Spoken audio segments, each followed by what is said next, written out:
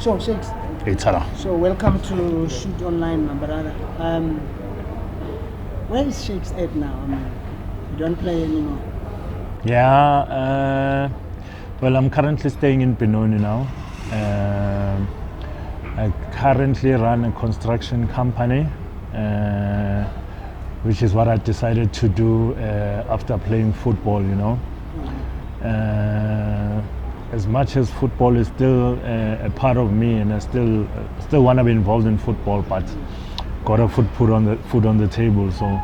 So I have a friend who was running a construction company who introduced me, and now that's what I'm currently doing. So, what do you construct? Schools, I renovate schools, buildings. My company is currently a grade 2 now. Grade 2 company, so it's done quite a bit of work in renovations and maintaining schools. Yeah. So, Shakes, I mean, just take us through what happens. Here you are playing at the highest level, then the career ends. Before you went into construction, how was that life? In between, how easy, how hard was it? The money you had saved? It's very tough when you're no longer earning the salary that you were earning. It becomes tough because even the way you invest as a footballer, how we invested, was with a bonus. And you win the league titles. That's how you were able to put all the money, property. You buy 1, 2, 3. But then when you're no longer getting a salary, all those things that you were paying for monthly now, you need to come up with a plan. So you're obviously going to sell one property, or you're going to try and take excess bond or whatever. So it becomes difficult. It's not easy. You start losing. How did you manage that period before you got into construction?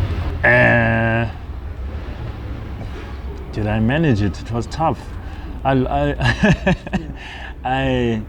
had to take my excess bonds, go back now. So it wasn't an easy thing. Yeah, it wasn't an easy thing. Even now, I have a property that at least there's a tenant who, I had to go back home at one stage. It was tough. Some people often say soccer stars bring that onto themselves. People say when you guys are playing, you live a lavish lifestyle, drive fast cars. I remember while I was playing, I had that phobia, which after football is going to be problems. What am I going to fall back onto? I don't have a college degree. I don't have, So I always had that phobia even when I was playing. That's why I bought property. I bought 2 properties, but still, it's still hard. Yeah. It's still hard after football. How different is that from football? Totally different. It's chalk and cheese, eh? As a footballer, it was the best thing. You wake up, you go to training, 10 o'clock, you are done for the day. So it's totally different now, and I'm still learning, But football is obviously my first love, so it's what I want to be involved in mostly, but I'm still putting up my structures for what I want to do in football. What do you want?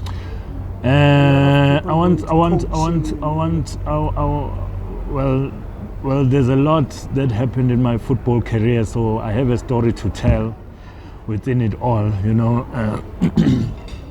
I want to write a book in football, and I also want to groom the youngsters that are coming up, But indlela yaziwa kulaba ababuya khona, so they must know my story. My son is playing now. He's an aspiring footballer. You can see the things he's doing right now are things that I wasn't doing at his age, So How old is he?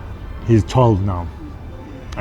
So I want to groom him in a way where I made mistakes, he mustn't go through that. So yeah. It's that one of the things is exactly that a lot of soccer players, clubs pick you up as young guys. They see your talent. Too often you haven't gone to school, and the clubs don't care. You are going to be a means to them succeeding. Once it's over, how can that be changed where clubs contribute to those kind of things? It's tough because football is football now. It's a 24-hour thing. You know, it's even difficult. Like even teams will tell you that we're paying you here. You can't be going to school. You can't tell us about school. You know, so I think it's important that they come up with programs. You know, for footballers to fall back onto, because it's always going to be a cycle. You know, it's going to be a cycle of players. You know, a lot of players are struggling, ex-players, and it's going to happen. If we don't have something put in place, it's going to carry on happening. Let's go back to your career. I mean, you're one of those players who sort of almost disappeared from the scene. What led to you quitting or retiring? Yeah, if I can just put it like maybe in a nutshell, my football career was a bittersweet type of moment, you know. I enjoyed my football at Wits where I started. I did well there, and then I was the first player to be signed by Patrice, along with Sipho Nzuzo and Hilton Jordan at Sundowns. I won trophies at Sundowns, but it was ups and downs, you know. I had injury problems as well. Some coaches came, they didn't like me because crowd favorites, all those things. And then I went to ACES, I had a stint with ACES with Paul Doleza being the coach there. We were brought in to try and save the team. They were going down to relegation. Me, Tso, Joseph Dugudu, and some senior players, but we didn't manage to save the team. I went and I played for Alex United, where I scored, I think, almost every game. I was scoring goals for Shoes. Shoes was the coach. And then Tso brought me to Botswana, where I eventually finished my career. Even there, I was the top goal scorer of the team, but the coach kept on putting me in 5 minutes, 10 minutes. I eventually became the top goal scorer, but I always had a battle with coaches. Why is that? When you look back, why do you think you just didn't get along with your coaches, or they didn't get along with you? I'm not gonna lie to you. I have no idea. The one that hurt the most was MTN 8. You know, MTN 8 Sundowns hasn't won the MTN 8 ever since its inception. And we went to play in Durban, the MTN 8 final. Trot came to me and he told me during the week that, you know, you are in such good form, you are in fire, you're going to kill Kaizer Chiefs. You're gonna be man of the match. He said that as the coach. As the coach. Leading up to the game, I'm training with you. You can see you're in that 11 that's got surprise as Rom. You can see that you're in the starting lineup. Come the day of the game, team sheet, I'm not in that 11. I'm not even on the bench. No explanation. He doesn't say any. Yeah, in a game where you know you can feel yourself that this game, the way you are now, it's the game that's going to set you apart. It's going to show everybody that you're actually the best. In that game, I'm not in the team. No explanation. This man said I was going to be the man of the match. I had issues like that with coaches. But you were. In Durban when we play the final, the whole team goes. Okay. So, but then during training, you will see that this is the 11, this is the plan, the game, this is the 11, this is the guys that are going to be on the bench, you know. So I had no to think that I might not be in the team, you know, because this guy told me I'm going to be man of the match. There's no way I can be man of the match if I'm not in the 18. But I was not in the 18. So those things, they kill you sometimes, you know, as a player. Did you ever confront or ask him, or what's happening? Why was that? Nah, I never confronted him. In fact, after that game, that MTN 8 final, everything was going for us except we needed a goal. And I was the one who was scoring goals at that. the week before we were playing a game, I had scored. So how it happens that I'm not in the team after scoring the previous game, you know? So it's just little things like that, man, that killed my spirit in football. In Botswana, say it was Madinda Ndlovu was the coach of Township Rollers, and I don't know whether he thought I came there with the ego that I'm coming from the PSL, you know.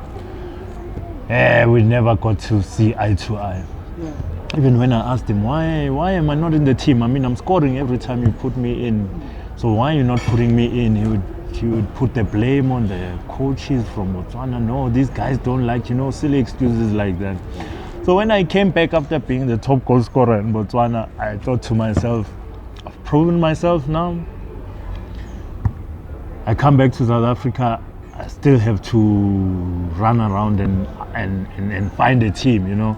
So I was like, maybe it's time to call it quits. Yeah. How hard or how easy was that decision? I never really made that decision. I never really made a decision to say I'm retiring from football. But deep inside, my spirit was gone, you know. Even now, sometimes I train and I play and I'm like, I can still feel like I can play, you know, because I've never really put an end to my football career. But yeah. I mean, you came along, like you say, at Vet, and you were this exciting guy. You know, you had probably the best left foot in the country at the time. The move to Sundowns is logical. You know, you moved to a bigger club. Yeah. Do you look back and sometimes regret that you went there? Yeah. No, I don't regret going there. You know, in fact, my family is a football family. When Sundowns wanted me, we actually sat down on the table. We had a dinner together and we looked, is this the best option? You know, and Sundowns was suiting my style. You know, I thought Sundowns suit my style. It's a big team. It's a challenge that I want to take. You know. So I can't look back and say I have regrets for going to Sundowns, you know, because it was a lot of injuries as well, injury problems, you know. So I don't have any regrets. Yeah. Those injuries, I mean, when you look back, what do you think contributed to you being so injury-prone? Yeah, no, it's a strange one with the injuries because I was never kicked. I would just get injured. I remember getting a call up from national team. My back just went. Now I'm on the floor. Now I have to call and say I can't make it. You know, at one stage Gordon used to call me a cripple. It's like every time he used to say I should put you in the team and think about the other 10. But you should be in the team first and then I should think about the other 10. But I never know which Shakes is going to come with an injury, with an ache here. You know, so I was just unlucky in my football career with injuries. Yeah. But I mean, you know, when you look back at your career, what's the one thing that gives you the most pleasure about it? Yeah, what gives me pleasure is that I achieved a lot with a group of guys, you know. And we loved each other. We were like a family at Sundowns, you know, and we achieved a lot together, you know. And for once, I was in the center of winning the trophy with Neil Toby and Gamondi, where I practically scored all the goals until I got injured. Again, I was in the national team setup, but I got injured, having scored all the. I think we won that league. With a couple of games to go, we had already won the league. So it gives me great pleasure that I represented a brand like Sundowns, and we achieved what we achieved there. And to have made it in that particular team. I mean, yes, a team with a lot of talents, the likes of Peter Ndlovu, Ezrom Nyandoro, Sandile Ndlovu. There's a lot of talented players, Torelba. I mean, to have played with those guys, it gives me great pleasure. I mean, you are, you know, your typical, what you say, typical South African guy. You entertain people. You lots of skills. Some coaches don't seem to appreciate that. throughout Yeah. your career, have you had coaches who came in and say easy on the shibobos and stuff? I used to come on as a substitute a lot most of the time, and sometimes it was because the crowd is calling me now, so I used to do, I believe that football is a game. The guys pay to come into the stadium. They must be entertained, but obviously with the aim also of winning the game. So I played for the supporters to enjoy and get their money's worth, and also with the end product, I know Pito is one coach who, to me, I think the guy has achieved everything, I respect him so much, but that's one thing we will always differ on, because he doesn't like players to express themselves the South African way, and I believe players should express themselves. Yeah, I really When you believe. look at the current generations, is there somebody you look at and they remind you of Shakes? I enjoy watching Umlambo. He doesn't have a team now. I don't know whether it's because of his flair, but I enjoy watching him. I enjoy watching Umshishi. And when he plays, he's technically sound. His quality is a quality player. Sereno. Yeah, those are the players I like watching. Yeah. Do you? A lot of players play. You give your all to the game for years and years, and somehow it ends the way it does. Do you feel that the game doesn't take care of its players? Yeah, the game cares about you when you're still playing for it. But after your football career, you're on your own. It's like they just say thank you. Thank you for what you did, and that's it, And that's the sad part about football.